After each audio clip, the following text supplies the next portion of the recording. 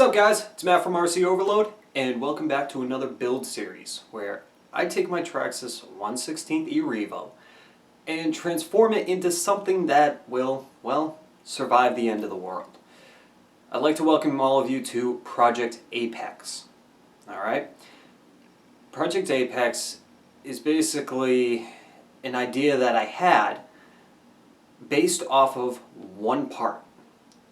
That's right, one part gave me this entire idea and all the planning that's come up to this point.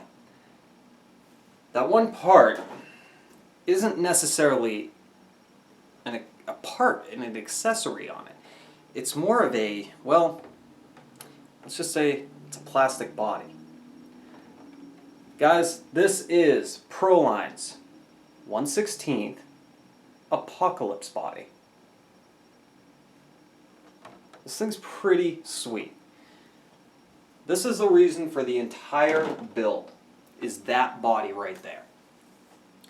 Now, my Revo has already, excuse me, has already seen quite a bit of accessories and improvements on it, designed to make it go faster and be stronger.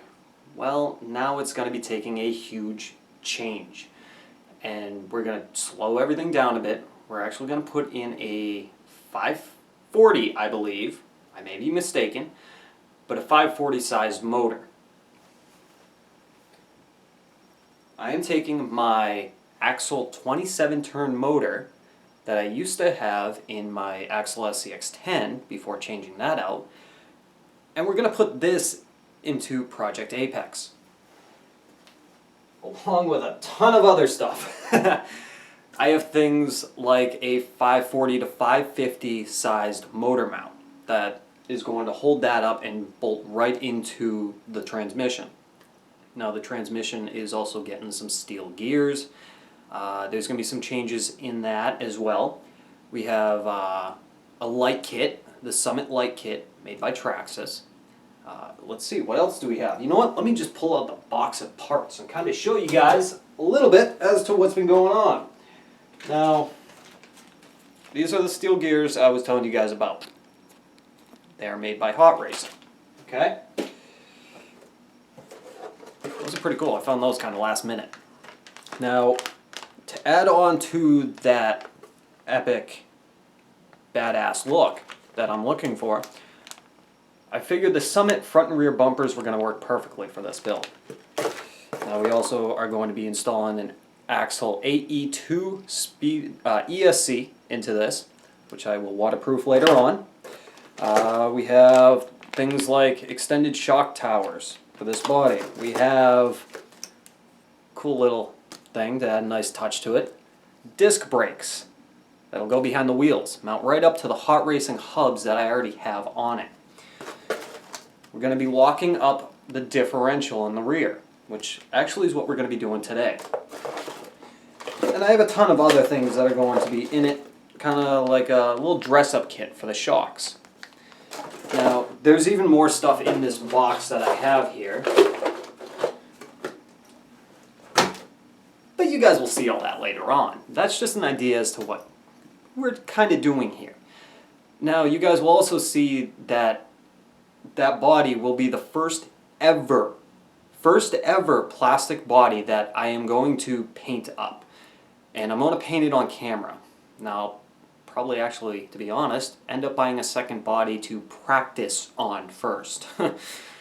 So, that I'm actually excited about. I got a cool idea of how I'm going to paint this one up. Now, we have a whole new set of tires from Proline and rims. Okay, bead locks. We'll go into those a little more later. We have the exoskeleton cage that's going to go on the outside. But the coolest part is the fact that that brushless motor that's in there, that's coming out. And that 27 turn motor is going in. So I'm going to have to figure out, as we do the build, what the best gear ratios are going to be for what I want to see out of it and what I like out of it, as well as tuning the suspension to get the right ride height. Because there's going to be a lot of more accessories in here that are going to weigh more than what was already in it. So I'm going to kind of need to beef up the suspension a little bit more. So, now that I've shown you guys kind of an idea as to what to expect a little bit out of this build, here's another cool little part that we're going to be adding into this. Now, this is just something that some of you know that I was going to try, and I'm going to continue to try it, and if you guys say it doesn't work, well then it doesn't work and I'll stop doing it. But, I thought it was kind of cool. I'm strapping my GoPro to my head.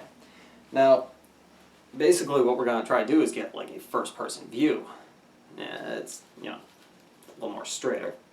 But I'm going to shoot a little bit with the camera that you guys are looking through right now, and also shoot with this. So you guys can feel like you're actually right there with me, watching me and actually doing it. Be kind of cool. Cool little idea, right? Alright, so anyways, I think it's time to bring you guys in for a closer look and show you guys exactly what I've been doing and what I've been working on so far. I've already done a little bit to it, just some basic maintenance. But I think it's time we just get a little closer. Alright?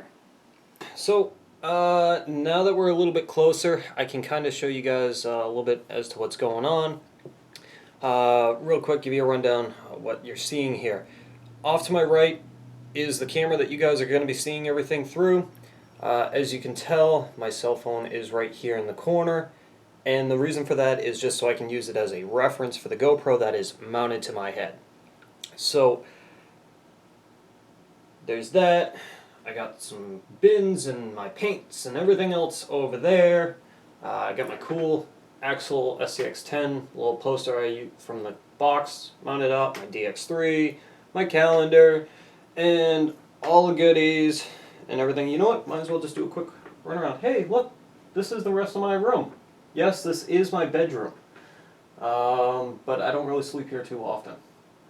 Sleep over at my girlfriend's house. Anyways, so back to the build, alright?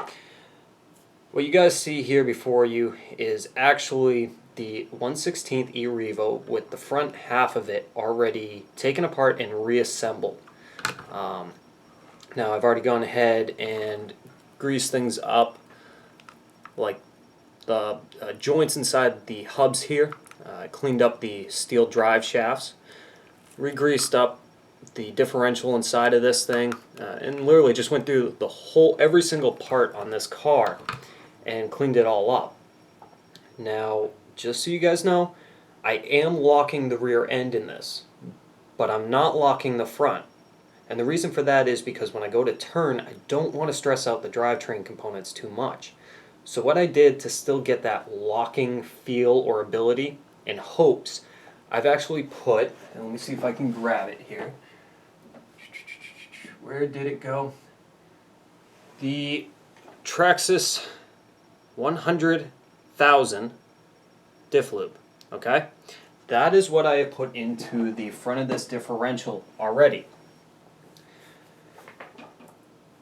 These parts right here are going to be null and void. This steering servo is still good, surprisingly. Yes, that is epoxy on the side to help keep it waterproof because the seal inside of it broke. It still works, but it's just not as good as it once was. Now this is the stock Traxxas ESC that was in it.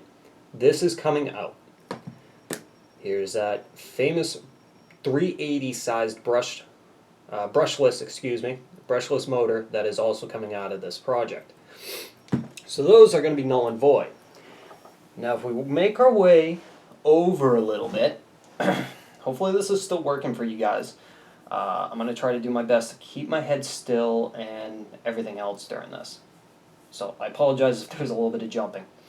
But what you can see here is the Traxxas Differential, the cups, the outside cups, and the new lockers that are going into the rear. And I'm going to show you guys how to put those in real quick, because I have seen quite a few people ask about them. Here is all the parts for the rear end, as well as other little odds and ends. Some of it is not going back in the car, some of it is. And over here is my custom-made contraption for my shocks, so I could drain them and refill them all in one application. So there is that. So basically what we are going to be doing today, excuse me, is taking this rear diff and assembling it. Now I'm going to put it into the differential housing and put that all together off camera. And the reason for that is there is 1,000,001 videos out there already that show you how to... Oh my good lord, my Revo decided to take a crash on me. Oopsie. Anyways, back to what I was saying. There's plenty of videos already out there that show you how to disassemble and reassemble the differential, so I'm not going to go into that. If you want to know how to do it, search it up on YouTube, and there's 1,000,001 videos how to do it. But as far as the differential, to give you guys a little bit of action today, we are going to reassemble this. Now, the cool part, let me get a little closer to this camera here, readjust. Cool part about this is you don't need fluid in it anymore when you put these lockers in. So it certainly keeps things nice and clean, but trying to open up the bags here while talking. But the one downfall is that it is going to add a little more stress to the drivetrain, so I got to be careful about how much power I'm applying into this thing to not break everything in it. Come on, all you little tiny parts, little O-rings and everything. We're still going to put the seals in here just to keep the debris out while driving. And I know I should have grabbed my knife, but I didn't grab it at the moment. So I'll show you guys these things real quick here. These are the little lockers. Hopefully you guys can see them. They actually go on either side and will go into each other, pretty much like so, inside the diff cup. And it's really straightforward on how to do this. So we got those two. We got the two outside cups. We have our O-rings, and we have a new set of screws, as well as a new gear set for this. I do need, because I have steel drive shafts in this, I need the new cups instead of the other version that come with the plastic. And I'm going to need 2 pins. Okay. And in all seriousness, it's pretty straightforward, okay?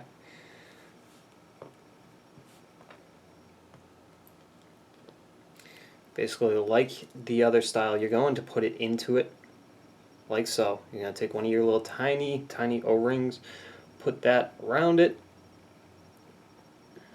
Okay. I'm going to put a pin through. See if I can grab that. Slide it into the little hole, as usual. And you're going to take your locker, and if you guys can see, I'm going to try to get this closed. If you can't see, I will edit this and actually go on this camera. You guys will see that there's a little bit of a cutout right there, and that cutout is basically for the pin on this. You just gotta line it up, push it on, and bam, you're done with one side. So let's do the same thing to the other. Doop, doop, doop. Get that pin to go through. So basically you want it to look like this. Again, I'm using my phone, guys, as a reference, so I apologize if things are a little off. But it assembles the same way as the original version. And then you're just going to put your locker down so it pops into that little groove. Next, see the spaces? Yep, that's right. They're going to go into each other. Go like so. Actually, whoop, sorry. Oh, I'm a silly person. Of course, now it doesn't want to come out.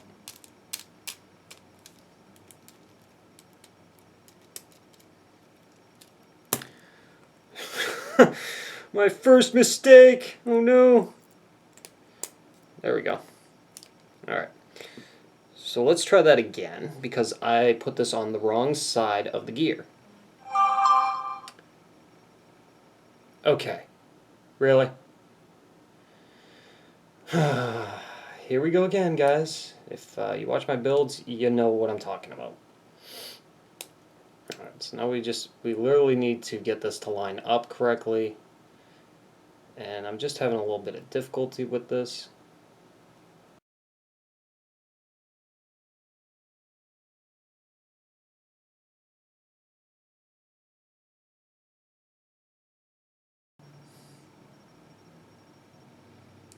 Alright guys, so basically that was an absolute pain to do. The O-rings just weren't sitting in there like they should have, so I had to do a little bit of maneuvering for it. So right now I'm just tightening down all the screws and making sure everything's nice and secure.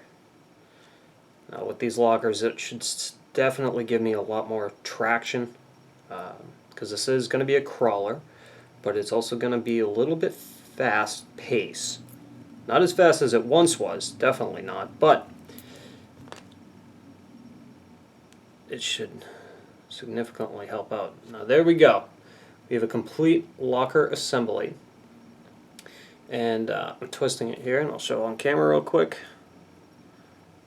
I can't get them to turn. So that locker setup, bingo!